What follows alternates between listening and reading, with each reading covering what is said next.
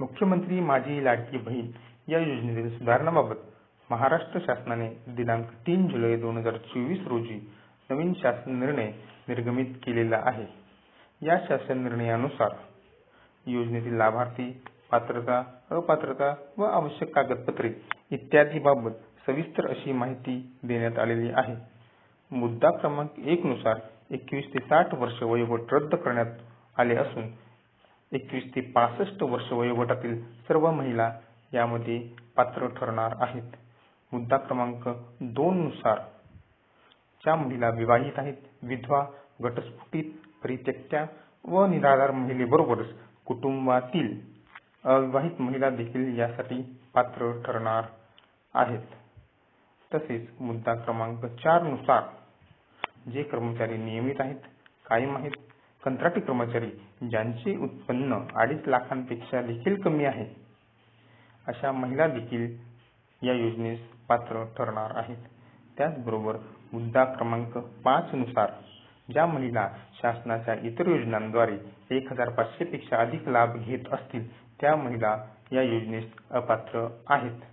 त्याचबरोबर मुद्दा क्रमांक 6 नुसार 5 एकर शेतजमिनीची अट देखील यामधून काढून टाकण्यात आलेली आहे. तसेच मुद्दा क्रमांक 7 नुसार आवश्यक अशी कागदपत्रे बाबत माहिती देण्यात आली आहे. त्यानुसार ज्या महिलेकडे अधिवास प्रमाणपत्र नसेल त्या महिलेने त्याऐवजी 15 वर्षापूर्वीचे रेशन कार्ड, मतदान ओळखपत्र, शाळा सोडल्याचा दाखला किंवा जन्म दाखला या 4 पैकी कोणतेही एक डॉक्युमेंट असेल तर ते ग्राह्य धरण्यात येणार आहे. तसेच परराज्यात जन्म घेतलेल्या स्त्रीने तिच्या पतीचे जन्म दाखला, शाळा सोडल्याचा दाखला किंवा अधिवास प्रमाणपत्र यापैकी कोणतेही डॉक्युमेंट असेल तर ते ग्राह्य धरण्यात येणार आहे. मुद्दा क्रमांक 8 नुसार उत्पन्नाच्या दाखल्यातून देखील सूट देण्यात आलेली आहे.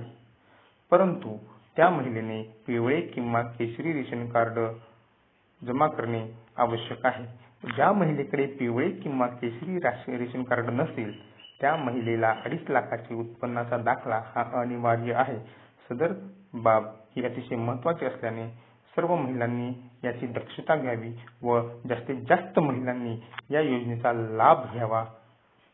सदर योजना ही 31 ऑगस्ट 2024 पर्यंत मुदत वाढवण्यात असल्याकारणाने जास्तीत जास्त महिलांनी या योजनेचा लाभ घ्यावा आणि जास्तीत जास्त मुख्यमंत्री माझी लाडकी बहीण योजनेचा लाभ घेऊन